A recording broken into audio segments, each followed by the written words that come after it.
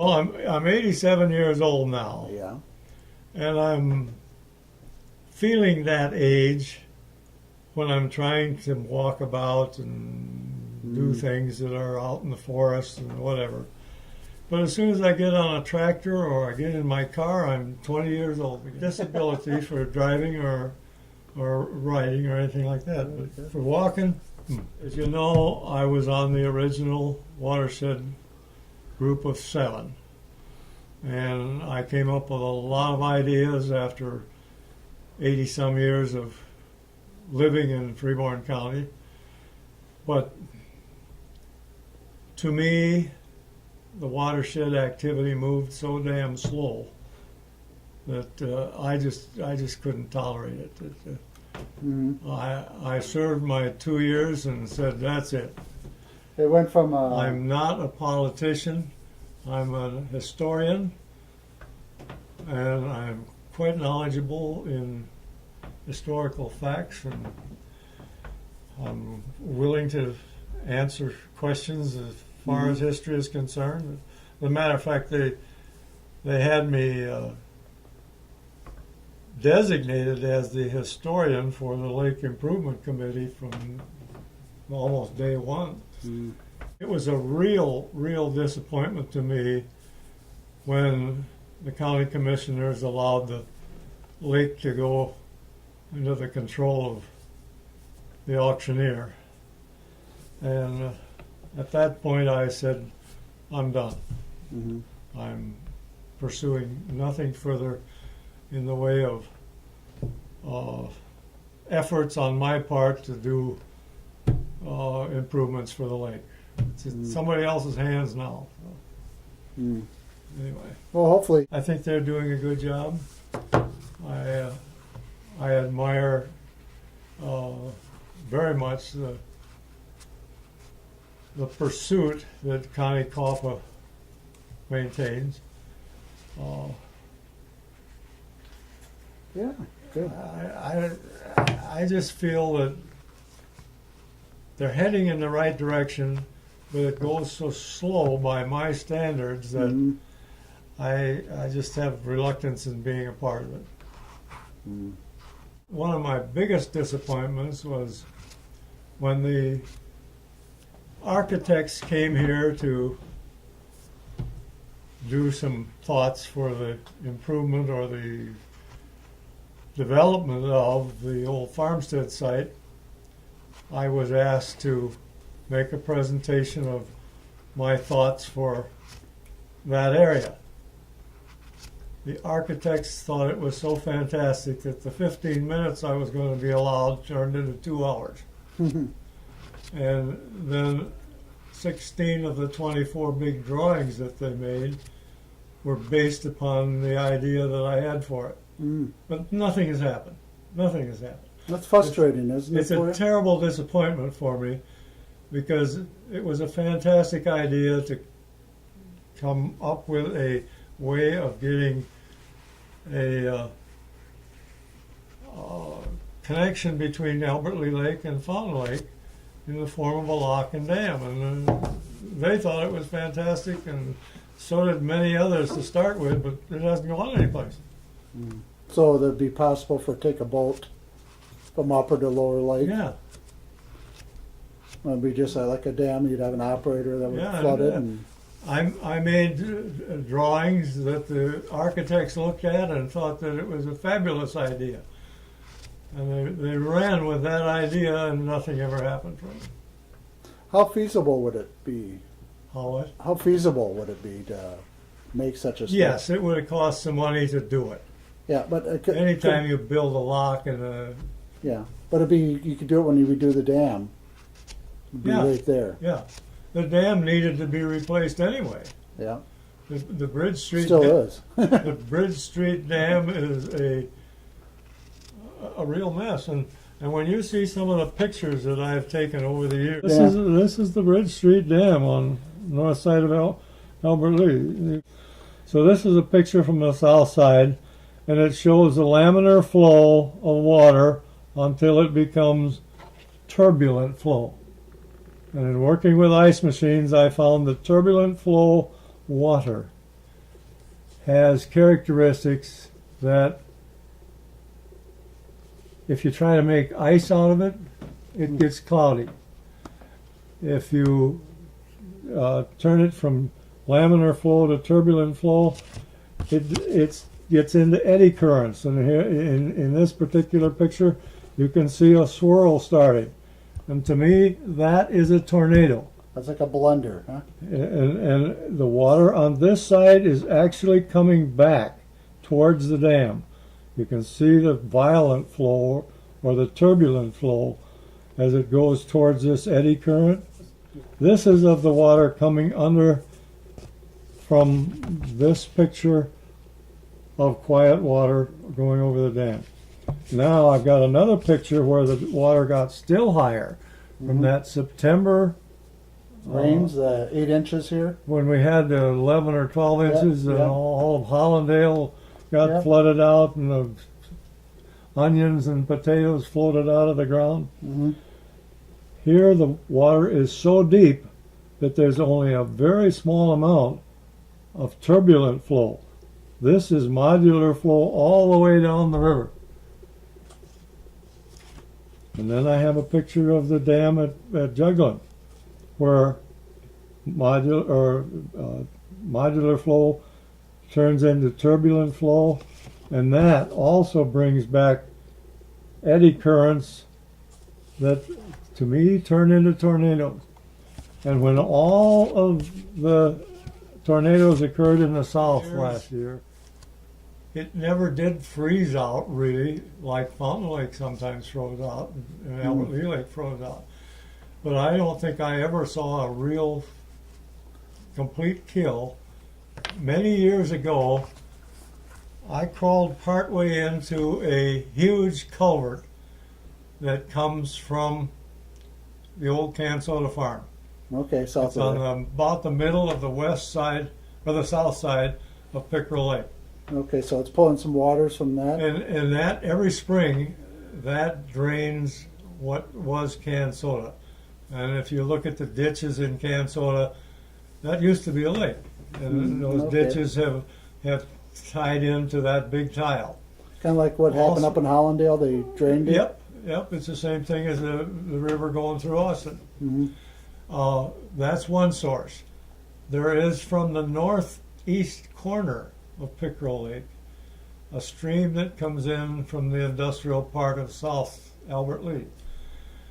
There's wetlands east of Highway 69, Sure. and that feeds in there. Oh, okay, that's coming in. I always thought that was going out, but that's coming in. No, that's coming in. Okay. And that used to be a fantastic place to catch jumbo perch. Mm.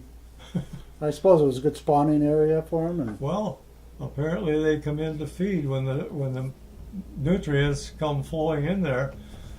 jumbo perch, you're talking about mature ones that are elder fish or the bigger fish? Or? Oh yeah, the jumbo perch. I've caught buckets full of jumbo perch right off of the Highway 69 there, and sitting on the end. There's about a 5 foot diameter culvert that comes in there, and you sit on the top of that culvert and fish. I think they've said no fishing allowed anymore, but And what? it goes out through the wetlands to the northwest, and it used to be called Mud Lake. I used to shoot a lot of ducks there when I was a kid. And then it comes back through the Hills Garden area, where they've put in the carp barrier now. I think that if the carp barrier proves successful, Pickerel Lake will be a fishing hole one of these days.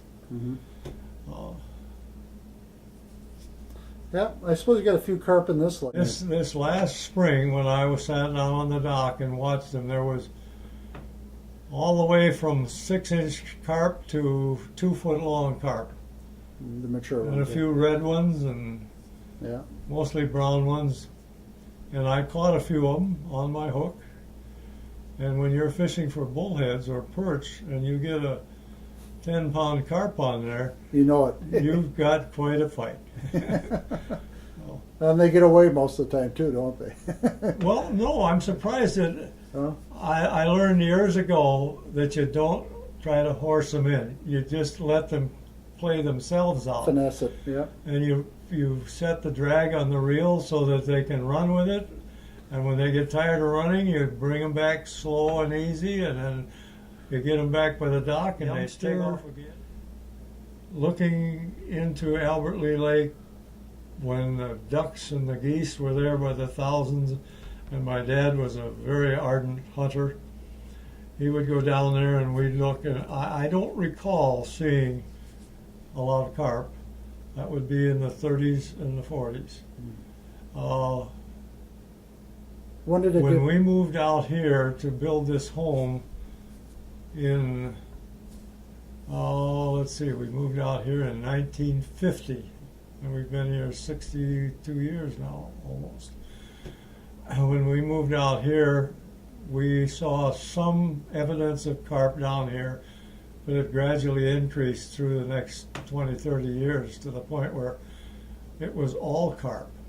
Now the pollution that happened was Albert Lee, the meatpacking plant, and just the growth of the town that caused it, in your estimation, or if agriculture too thrown in there? Well, when we first moved out here, we thought we were in the northeast corner of the lake and free of any of the debris that you read about going into Albert Lee Lake. But when the summertime winds from the southwest would start bringing the slurry through the railroad bridge and in front of our house, we were really sad when we saw human waste floating by our shore. But that we haven't seen since the big conduit was taken to the new sewage disposal plant. Mm-hmm. So that was a big marker improvement. Oh, that was a massive improvement. The lake started to clean itself up,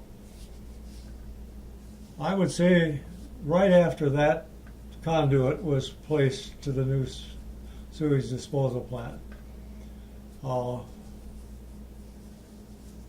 My success at fishing bullheads and the Iowans that came here to fish the bullheads increased appreciably over the next 20, 30 years. Yes, the deer population, the turkey population has increased in our south woods. There's been quite a few deer harvested there, and I see turkeys down there every once in a while. I see turkeys in my backyard, for that matter. Mm-hmm.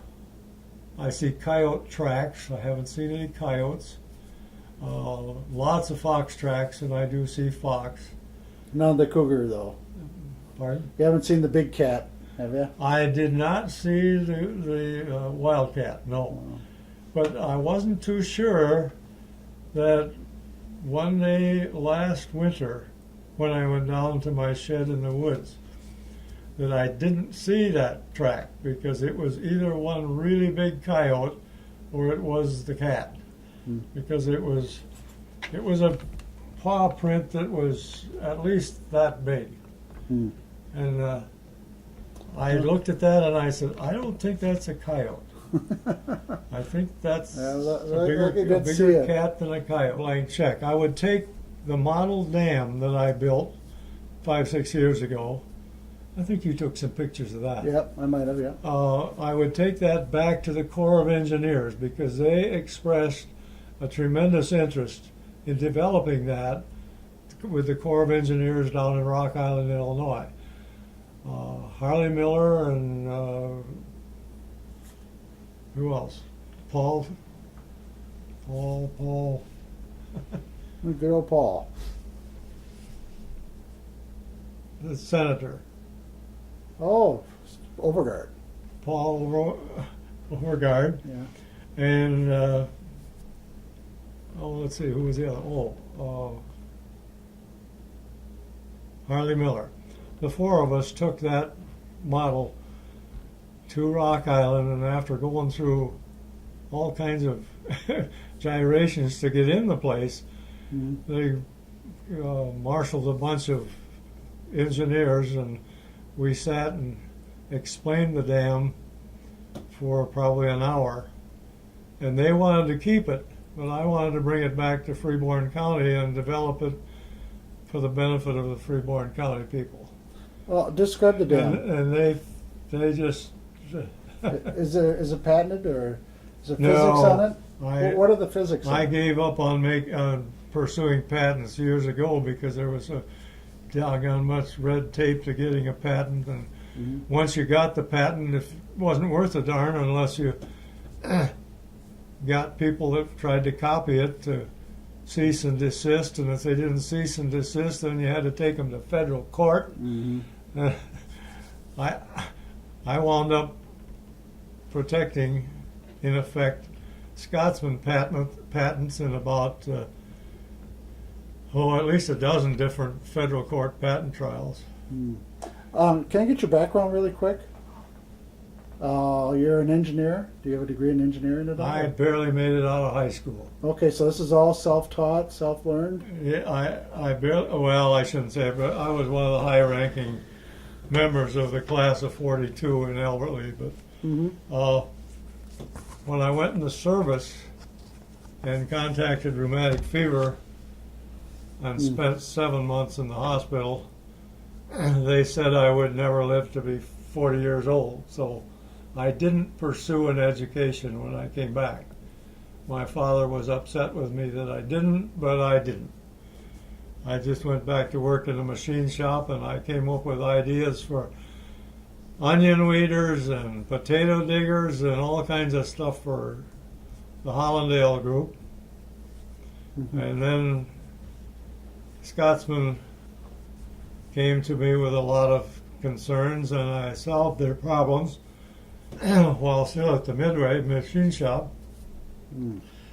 So then they decided that rather than going through the Midway machine shop, it would be to their advantage to hire me, and I spent 32 and a half years with Scotsman.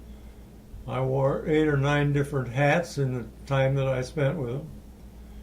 I started out as a model builder, and then I was a lab technician, and then I was the next one was a OEM sales manager, where I traveled the country designing our ice machines into drink machines. And then they made me sales coordinator, and I was that for a dozen years or more. And from there I went to product manager, and from there I went to developing the new ice machine that got them back into ice machine leadership, industry leadership, which they were losing like crazy with the old style machine. And so then they put me in charge of the research department, and I spent I suppose the last 8 or 9 years in the research department. And then you dropped So out? that's my background as far as. Yep. But I did that with a high school education That's great. and a desire to explore the unknown. And If now- somebody told me it couldn't be done, I spent 24 hours a day proving it could. Didn't seem to make any difference what it was. Well, I grew up on the west side of Albertley, just northeast of the Graceland Cemetery, and I got my feet wet and squeezed mud between my toes, and Because that was all swamp and in the a lot of water. the Dane Lake, the original Dane Lake section that now is Schaff Park. That used to be a mud hole, 2.5, 3 feet deep, just like the lake out here is now. And there used to be a crooked creek that came through the woods to the west of that, and it filtered into the place just west of our home, and that was always full of water every spring. So I got my feet wet there, and then that went all the way up to 4th Avenue as a wetland. But then that was filled in with 5th Avenue, 6th Avenue, 7th and 8th and 9th.